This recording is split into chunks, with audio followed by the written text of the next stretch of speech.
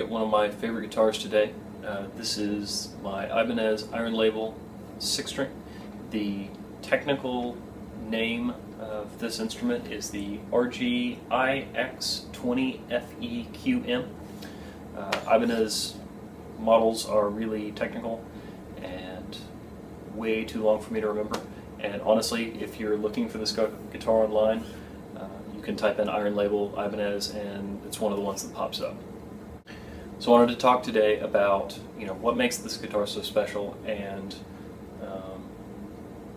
the things that go into it to make it one of my favorite instruments. So the first thing, this is the second of the tiers for the Iron Label series. You've got the first tier, which in the standard series originally came in white or black, and there was no inlay or anything around the side. It was bound, but no inlay, and a rosewood fingerboard. The newer versions of that initial series are actually a walnut color, still rosewood board. Really excited to get my hands on one of those, but what made the first one so hard for me to really get into and to play was that the Gibraltar bridge right here on the original ones was out a little bit from the body, and it was really uncomfortable when you were really digging in on your rhythms, because this edge right here was like a little spike you just kind of rest my palm on. But the new ones it's not an issue with, and with the second tier it's pretty recessed into the body. Control-wise, you've got a kill switch, which is a neat feature. I didn't really use it a whole lot for effect, but it was neat to have on stage, because I could just flip it off and not worry about any excess noise or anything in between songs. And then a single volume control.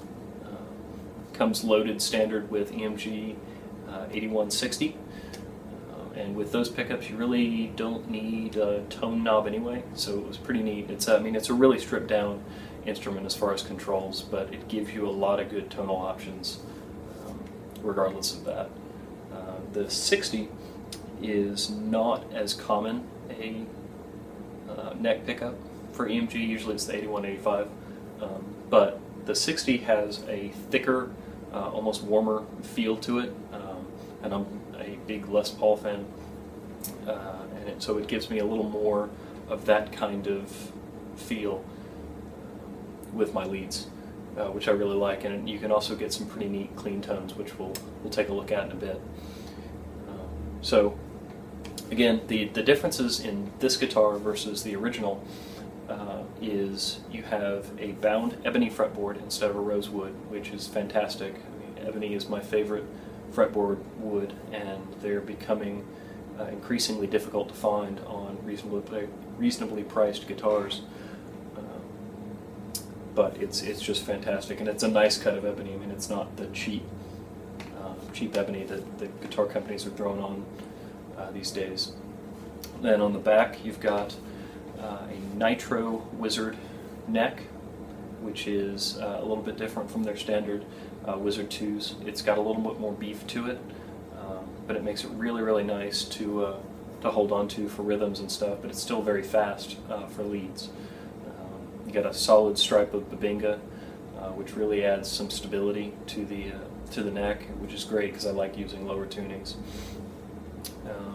Basswood body makes it really light, but it's still got a lot of warmth in the low mid range, and a quilt maple top, which comes in either this blue, which I think is absolutely gorgeous, or a trans gray, which is less of a burst. It's just solid all the way from one side to the other. The only adjustments I really made to this guitar out of the box were I put Schaller strap locks on instead of the strap pins. I added a fret wrap up here for some of the quick stop stuff that I was doing at the time, and I actually put my set of Elixir baritone strings on here, so I play in drop A sharp, and the Elixir strings I can't speak any higher of. They're fantastic.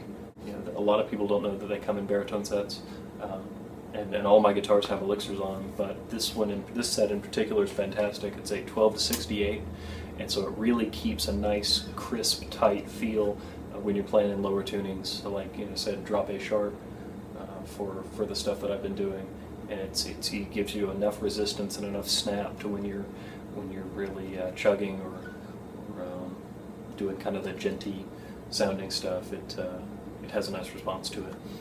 And paired with the lower tunings, what also makes this guitar perfect for what I've been doing is it's a 25.5-inch scale. So it's got just enough clarity for lower tunings to where you're not going to be super muddy. So let's go over some tones.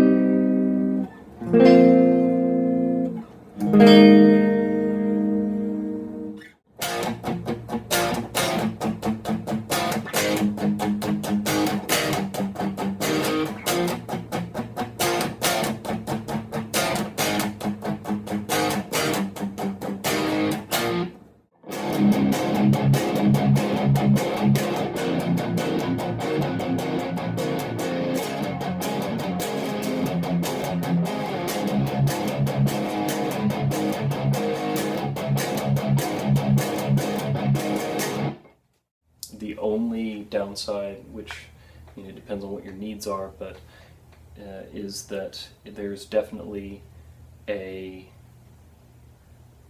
lack of depth in comparison to a solid mahogany guitar. Our show in Tampa, I broke a string on this after the first song and had to switch to my Les Paul, and without changing anything on my amp, I noticed a significant depth increase,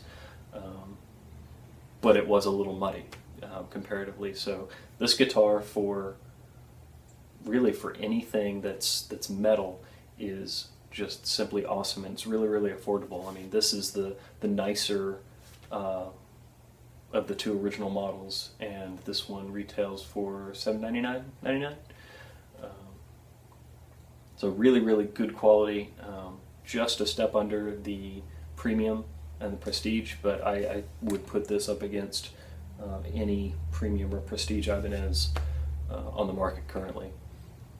The only new version of this guitar that they made recently is they actually now have a neck-through version that is a maple walnut neck-through piece with an ebony board and ash wings on the body. Still the same pickups, still the same bridge, and they did add locking tuners to the back here.